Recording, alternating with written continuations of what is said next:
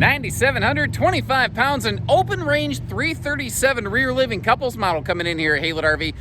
This is, I think, a really special model that was very easily overlooked out there. First of all, the fact that it gives us big triple slides at 34 feet on the nose, something that usually requires at least 35 feet. That one extra foot, man, everything adds up. Sometimes it's the difference between squeezing through a tight little driveway and just not getting there at all. The other thing is this is not just wide body. This doesn't have just extra deep slide in the living room. This was one of, I think, only 7 floor plans open range ever made. It has dual 42-inch extra deep slides. So it is 16 inches wider in the living room than almost any other fifth wheel ever produced out there. So it's a little bit shorter, but it is anything but smaller. And what makes it work is this really crafty thing they do in the kitchen.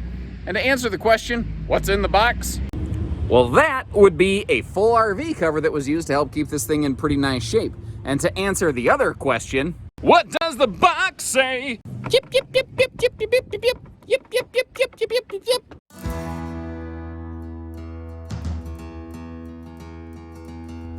And the trick with this RV, and maybe what turned out to be its Achilles heel, is that what I think is its greatest quality is something that just doesn't translate well to camera. It has a way bigger living space as a result of that wider body and the double extra deep slides. Because again, we're looking at dual 42-inch slides as opposed to common 36-inch slides, and we're looking at a 100-inch wide body. Add it up, man. 16 inches wider here in the living space. And when you walk inside of it, you're like, oh yeah, no, I totally feel it. But on camera, on a flat 2D presentation like this, it really kind of feels like it falls a little flat. But if you're noticing, there's a couple things here, like the carpetless slide system that we're looking at. Open Range was doing that before pretty much anybody, and this was one of the only floor plans they ever made that was dual carpetless slides. There were a lot of really cool special things about this one, and part of the area where you can see, at least to some degree, that deeper slide nature, if you look at the slide side breeze windows right there, first of all, every window in this opens for airflow, which is sweet, but they're large, but you can see how there's still extra wall room there. It's just kind of a little indicator. Another thing that was always cool about these open ranges is that they had extra tall slide outs that you could just walk right in. And in a model like this, where let's say, I'm going to flip you around here, by the way, where you're standing in the kitchen slide, you can actually stand in the kitchen slide. They're 6.5 foot tall. So you can get in here, you can have all the space you need to do prep work. Because the kitchen slide's so deep in Carpetless, you're going to want to step into it. It's awesome that they made it so that you could. Now, where was I? Oh, hide-a-bed on the back here, and you will see that there are no floor heating vents in this. Open Range is really one of the first big fifth wheel manufacturers that really attacked that part of the marketplace, and they're one of the reasons that it became very cool. A lot of things you see in today's market actually came here. Now, they weren't the first to do whisper ducted air, but they were on the leading edge of it. And I love that big picture window there, but I want to be fair. The reason that shade is not drawn up currently is because it kind of wanted to fight me. So that shade might need restrung a little bit. You see the freestanding table and chairs here? One of the cool things about that is, again, being in a carpetless space, the cleaning aspects will just be better and easier. But secondly, this is primarily a couple's rig. If you just want to get 2 of those chairs out of there or turn the table towards the window, you can. And even when someone is sitting at the chairs, like if I come over here and I sit at the sofa or the theater seat position, no one's really in the way. Maybe if I, a tall person, were sitting on that corner seat right there, yeah, maybe a little bit in the way. But again, primarily being a couple's rig, I think that it's reasonable and easy to work around that. Now, the TV can flip up, by the way. There is a little bit of hidden storage there. I don't know that you're going to need to get to it a lot because they left wide open space here in case you want to add like a Blu-ray player or a satellite or something.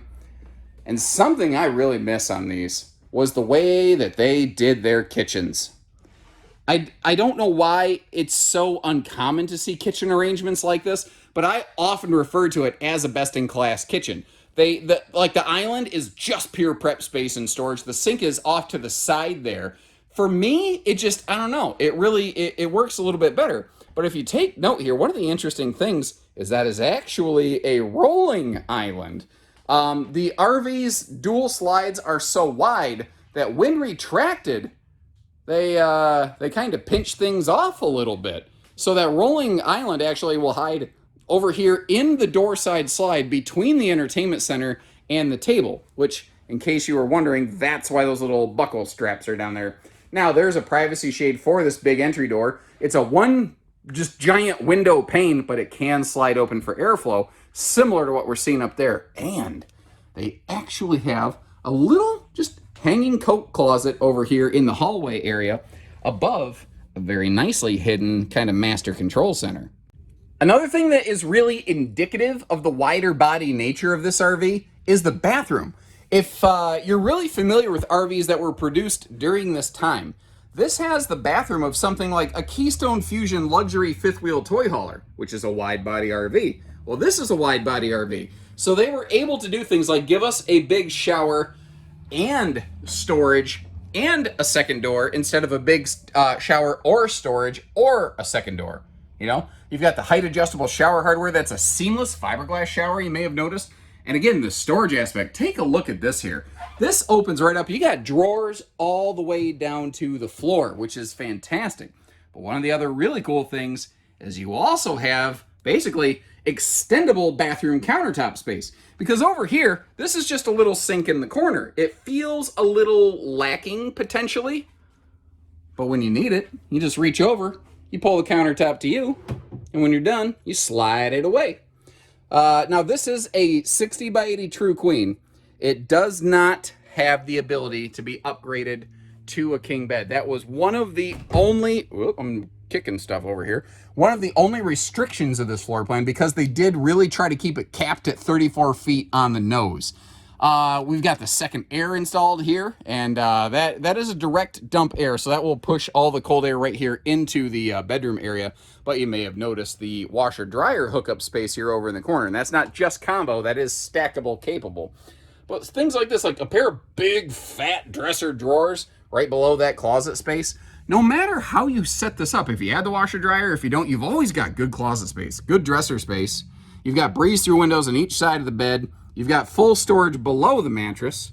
And I think we ought to close her up, see it in road mode. What do you think? Because what is maybe this floor plan's greatest secret weapon is the fact that because it has a rolling island, or if you're like, I hate islands, get rid of them.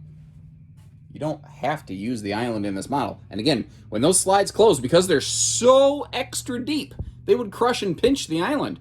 But you can, because it gets out of the way, you can slide between these. If you need to get to the kitchen, you need to get to the fridge. This is a shockingly travel-friendly model at the manageable 34-foot length, which is reasonable for a fifth wheel, and the, I think, totally turtle-friendly, dude. And I think it's pretty plain as day to see that exterior cover, that full RV cover and that big tote up front. That was definitely put to use here because this thing looks good. There's a couple other things that Open Range always did that I liked that, again, were easy to miss, like the bigger body size. When you get in, you can feel it, but something that you don't realize is that protected awning. There's actually like a cover at the base of that awning that when you roll it up helps keep the actual awning fabric itself protected. Now that main entry door has that full big viewing window, which does slide open for breeze. It's anti-slam. If you would like, you could fold the old steps here away, and you could slap on a set of stable steps. We can get you quotes on that at Haylett RV. There's plenty of people who still really prefer the old folding steps that a lot of newer RVs just, don't offer, not even as an option. Handy little propane cooker hooker right there. And wouldn't you know it, right next to that, there is plenty of space should you choose to do something like lug along a grill or a Blackstone griddle or something with you. There's plenty of room in here. By the way, those Blackstones, you hear them all the time. Do they live up to the hype? Yeah, the answer is yes. Yes, they do. You see there's a bunch of accessories included over there. Over here, this is another one of those more interesting open rangey qualities. It has 60 pounds of propane capacity, but they use triple 20-pound tanks instead of dual 30s. It's a little uncommon, and I just noticed something I somehow managed to miss previously. Something caught the front of this. I need to get that reported immediately so we can get that addressed. I apologize I didn't point that out sooner. But anyway, we've got the full RV cover that we saw up front here. This was sized so that if you wanted to put a generator in it, you could. And if you notice, the perforations are already in this if somebody wanted to punch those out and put a generator in it. Now, Haylett RV is located just down the street, basically, from Awning. Well, we could actually run this to the Awning factory and have an Awning factory install applied to it. Understand, it's probably going to run you north of $7,000 pretty quick. But you could have a 5,500 onboard gen on this if you wanted to. Give us a call. We could get that figured out for you. Again, we are a 100-inch wide body product. We've got those dual deep 42-inch slides in the living room, giving us 16 inches of extra total space in there, or at least 4 inches in every room at minimum. Pin box here, I could be wrong because I've seen a lot of RVs over the years. I don't recall this being the standard, but that is our original stock number on there. So that does look like the original factory pin box, that nice shock dampening system on there. You notice too, this is where I first met these things, the strong arm stabilizer jacks. Because this is wide body and because those slides hung out so much, the RV could be prone to rocking and rolling around as you rock and roll around the RV. Well, those strong arm jacks, because there's 4 on the front and 2 more on the back, power automatic leveling system legs there, you can lock this thing right down. The way I always say it, it's going to feel like it's on a concrete pad when you're done with it. Enclosed, privatized, protected docking system. Well, again, I mean, there's 50 amp surge guard, there's water filtration, inline stuff. There's all sorts of odds and ends in here. There's the controls for the auto leveling, battery disconnect. And this up here is the inverter to be able to run that refrigerator off the battery while you are flying down the road or in the event of power loss. Understand, that residential refrigerator will eat batteries very, very quickly. And I think this will actually be the best angle we can get at the big body and deeper slides. Although I don't know how necessarily obvious it is when you don't really have a frame of reference point. Just maybe it'll help you a little bit here. This Avenger over here, this is a standard 8-foot body with a standard 36-inch deep slide out. I don't know if seeing those two things side by side will really be telling whatsoever. This is one of the things that on camera doesn't always really translate well, but again, when you come in, when you see them in person, you're like, oh, wow, yeah. Now, by the way, I always wondered about this, but apparently it works out. You see that backup camera prep right there? You're looking at it going, dude, all I'm looking at are the ladder rungs. It actually peeks between them really nicely, but if you notice, this was one of the periods where Open Range was using a removable rear ladder. So if you wanted to pull that off there to make sure nothing's blocking your view, you could do that.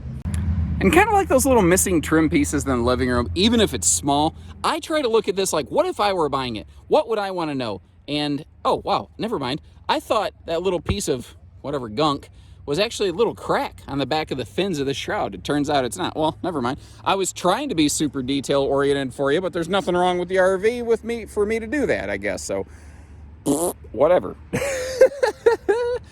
Now, this is one of the very few products out there beyond a Jayco that actually does use plywood roof decking instead of OSB.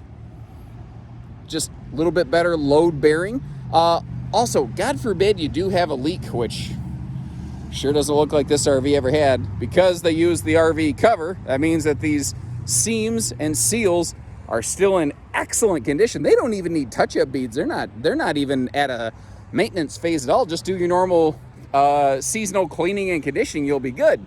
But if that plywood ever happens to get wet, yeah, it'll swell.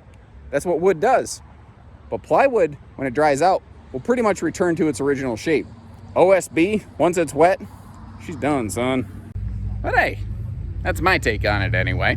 Now, it's not in perfect, flawless, factory original condition, sure, but again, there's a bunch of accessories included with this thing that you wouldn't have got from the factory, and it's late model enough. Pending approval, it could still qualify for same as new financing at a used price tag. That's pretty sweet too. Now, if you hadn't noticed I'm squinting like crazy, it's because I'm getting blinded by the light, and that's got me a little revved up like a deuce. I'm gonna make like a runner in the night and get the heck out of here. So take care, stay safe, have fun, and happy Haylett camping, everyone.